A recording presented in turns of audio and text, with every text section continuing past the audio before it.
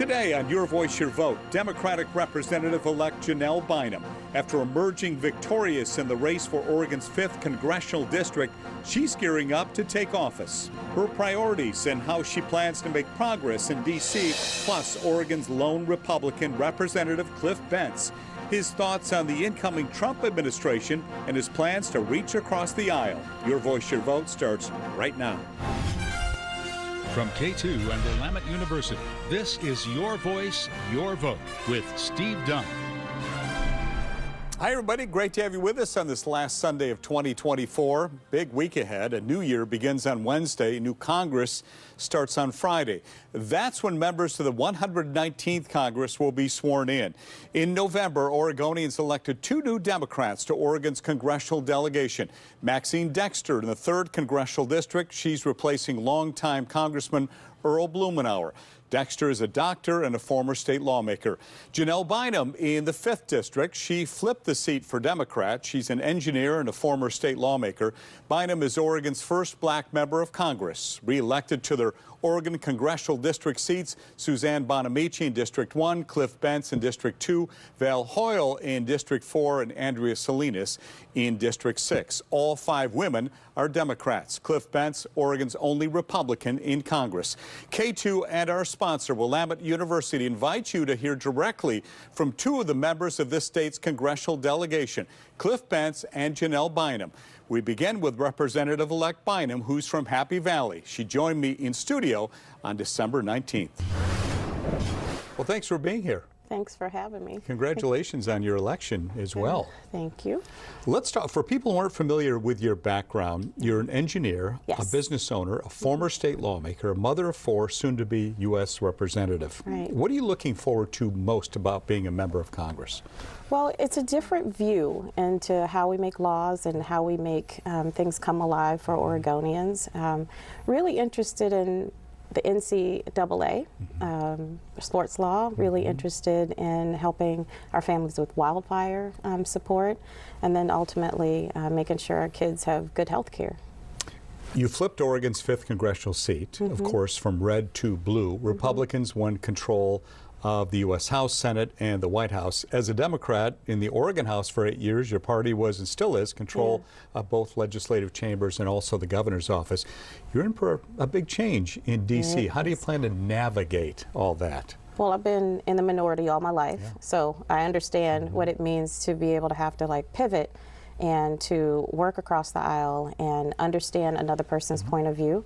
I was just talking with Mike McLean, who's in the Oregon Senate right now, and he and I were just reminiscing on how we used to meet weekly in a prayer group, and that's how I got to know a lot of Republicans and how I made a lot more friends, and I was able to be effective in the Oregon legislature, and I hope to be effective by reaching across the aisle and meeting people where they are in the U.S. Congress. Oregon's 5th Congressional District includes portions of the following counties: Clackamas, Deschutes, Jefferson, Lynn, Multnomah, and Marion. The vote in your district was close. You still won by more than 2 percentage points. How do you reach out to the people who maybe didn't support you?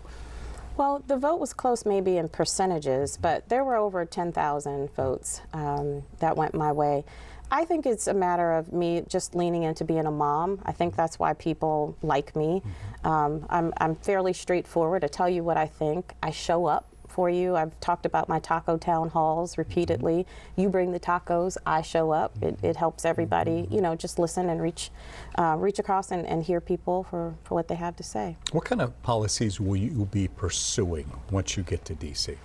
Well, you know, in light of this trifecta, which I think was won by about 7,000 votes, I mean, so not a mandate on the country, but I think it's really important to point out that President Trump, I believe, wants to be disruptive. And as a business person, I get that, right? Like, disruptors help change things, help shift the status quo. But what's really important is that he is not destructive. So we want disruption, but we don't want destruction. And I think that's my job. As Oregon's first black U.S. representative, can you describe how you feel about this moment in your life? It's pretty special, but I'm still me. Like, I like me for me, and I think My mother is really proud. Like, she went to one of the last segregated high schools in the country, and so sometimes people forget that that wasn't that long ago. And so what I really work for is, you know, to live in her honor and to help a lot of kids who didn't have the opportunities like she didn't make it across the finish line. I'm just a strong advocate for opportunity. Has all this sunk in yet to you? I mean, I don't think so. Really? No. I went to the National Museum of African American History, and they have like a rainfall exhibit for you to reflect. And I got there, and I just remember standing there, and I started to feel the weight of a little bit come on me. But I'm just excited to go. I'm excited to roll up my sleeves and continue working for the people of Oregon. President-elect Trump has nominated your Republican opponent in the CD5 race, Lori Chavez-DeRemer, as his pick for Labor Secretary. What was your reaction to that nomination? When I ran against Lori, I never worried about what she was doing. And I tell my kids that, like, don't worry about what someone else is doing. You run your race. And that's why I've been successful. She'll run hers, and I wish the best for the country. You can fail up, and I think that's what she's doing. Border security, big issue for Republicans. Where does it stand on your list of priorities right now? Already I've fielded calls from the business community here who are really concerned about immigration. So whether it's high-tech visas, whether it's agricultural workers, housing and construction, they're all very, very, very concerned about the president's policies and position on immigration. So it looks a little bit different here in Oregon than maybe it looks around the rest of the country. Businesses are very concerned, and naturally families are concerned too. What can you do about that once you are in D.C.? Like I said, you know, he wants to be disruptive, but he can't be destructive. Our economy is worth saving, and I will stand up over and over again, especially as a business person, to make sure that our economy and our way of life is preserved and enhanced. We're not going backwards. President-elect Trump, of course, talking about the massive deportation of illegal immigrants. Where do you stand on that? I think the country has already told him, yeah, nah. I don't need to say anything else. I think the country is speaking, and he's hearing it. Whether he wants to ignore it is another story, but come on. Do you think it'll happen? No. You don't believe that it will? Yeah. I don't think it's practical, first of all. I don't think it's humane, second of all. And I think the country has already spoken. I think that's enough. Time magazine article, Trump said he will go case by case to determine which January 6th defendants will be pardoned. Do you think those who have been convicted in the attack on Capitol Hill in 2021 should be pardoned? You know, it brings up a really interesting point for me. Like, I'm an engineer, so I'm no, like, constitutional scholar here. But we have three separate but equal branches of government. Right. And they are supposed to perform checks and balances on one another and provide the American people a sense of safety and a sense of making sure that one person or one entity can't go after people for political retribution or excuse people for things that have been really, really, really bad.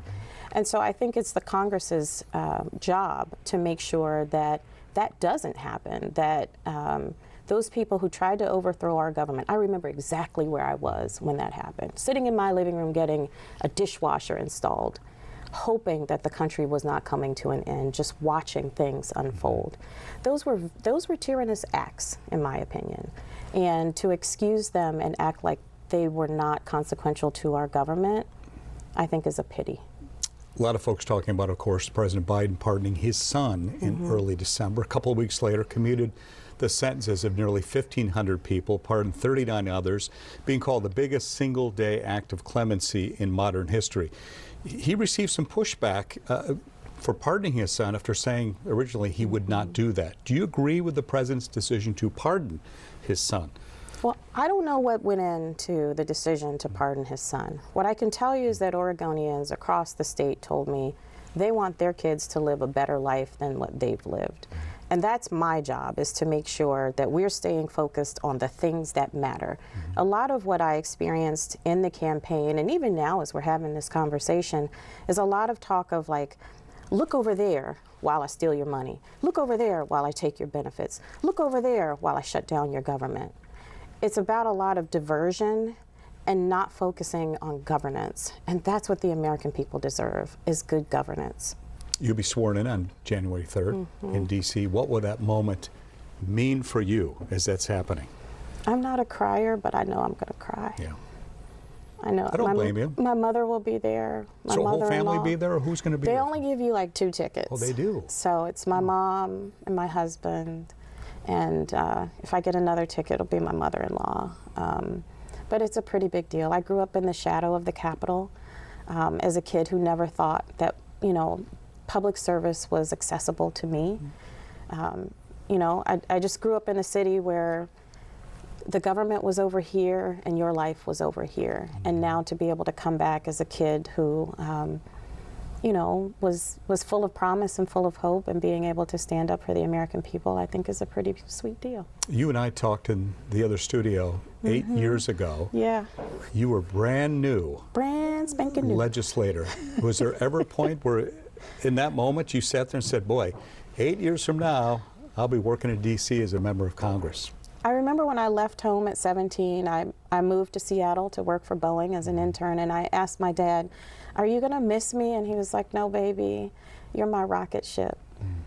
And so I think about that today. I'll think about that when I'm being sworn in and taking my oath that I was my daddy's rocket ship, and who knows where I'll end up, but I'm okay. I'm just going to keep working. You are off and running. Please come back and let us know what you're working on for your constituents. Congresswoman-elect Janelle Bynum, thank you for your time. Thank you. We appreciate your time very, very much.